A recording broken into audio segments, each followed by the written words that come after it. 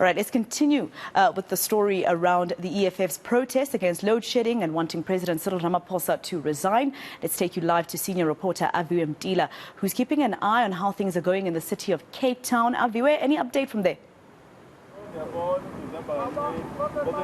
Good afternoon, good morning, I beg your pardon. It's supposed to start the official protest in Cape Town at 11 o'clock. It's about 11:30 now, and the protesters are slowly gathering, not at the official place where they're supposed to gather, but some 200 or so meters away. I'm not sure if my colleague can show you properly, Lance. There the about 20 gathered protesters there. If you speak to the police on the ground, they'll tell you the numbers that they have are much more. Speaking to one of the public order policing members on the ground, who suggests that they at least have 10 times more than the number that's on the ground for the official protest here, and suggesting, of course, that they all have it they'll contain it. If you are to move to the various key points around Cape Town, you'll find out that in the City Hall, there's a heavy police delegation there, as well as just outside Parliament, police nyalas, and where we are, the police nyala that you see here is just one of three that is on the ground. We've got at least a dozen police vehicles on the ground here. In fact, I want to catch up now with some of the protesters from various unions that are affiliated with SAFTU. This, in fact, is the founding member, I understand, one of the founding members of SAFTU. Let's talk then of maybe the reasoning. We were supposed to meet here firstly, but we see it happen some 200 or so meters away. Why are you not meeting at that original meeting place? We actually experience the police all over the city, and we look at our original point of where we're going to meet. We then realize that there are police vans, and because the revolution is being led by young people, we are afraid that they will be irritated by the police presence, and they will cause unnecessary conflict, which will render this revolutionary a failure.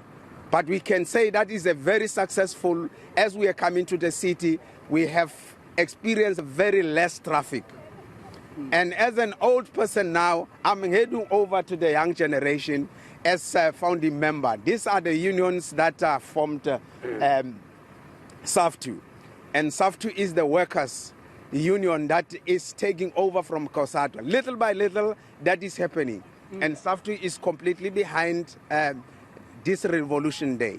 This is the beginning of the revolution. I see the numbers on the ground there. There are about 20 or so protesters some distance away. Is this the number that we're expecting to march through? We understand the final place being Parliament? Believe it or not, we are expecting more, and the number is going to grow as the day grows. Okay. Our intention is to walk to the Parliament. Okay, I want to bring in the Deputy President now of TASU, I understand. Just on this march and what you want out of it, what are the key issues? Maybe paint them for us. The key issues will be it's load shedding. I don't think it's right that Eskom increased price yombane by 18%, which is we are paying for umbane that we hardly use. And secondly, gender-based violence, which is amapolisa, as we can see. I didn't know but amapolisa can be this visible.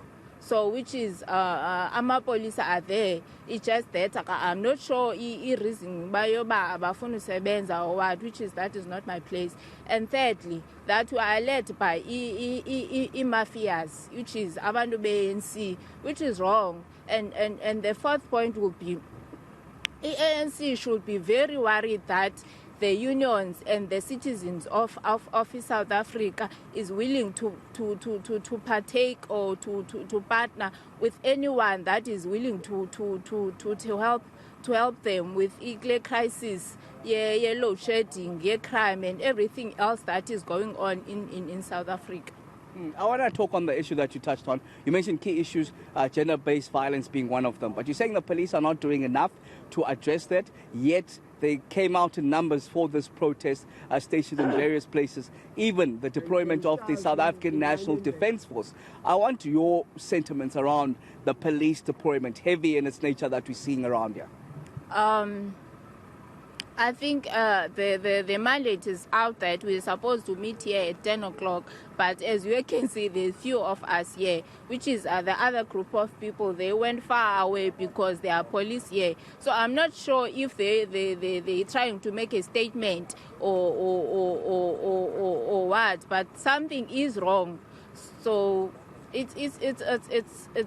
are here today. Actually, they are everywhere in the country, but there is gangsterism in Mitchell's Plain, there is gangsterism in Manenberg, Hanover Park, everywhere else in the world. And even if I walk in the dark, wherever I see a man, I become afraid. But there are police that is supposed to protect us.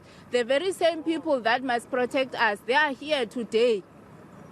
And we don't know the reason why. Baba Mkhwebane, let me bring you in just one more time to understand or maybe get a sentiment of you believe what you want will be achieved with this march. I see you have a poster here that talks of President Ramaphosa. Do you think the objective of the march will be reached here? The objective of the march is to highlight the criminal that is running the country, and to highlight to the South Africans that it is about time that we stand for the better of this country. Want to fight gender-based violence. We cannot fight it in our homes. We cannot fight with the police that when they call them to come and stop us from marching, they are all over. But when they are called for a crime, or when they're supposed to investigate the gender-based violence, they are nowhere to be found. You go to any police station, it's unmanned. Who is dealing with the real crime outside there? We don't know. All to protect the criminal Ramaphosa, that they're supposed to lock him up. In terms of South African law, you cannot keep 24,000 in your house. You cannot keep foreign currency in your house. But this man has done that.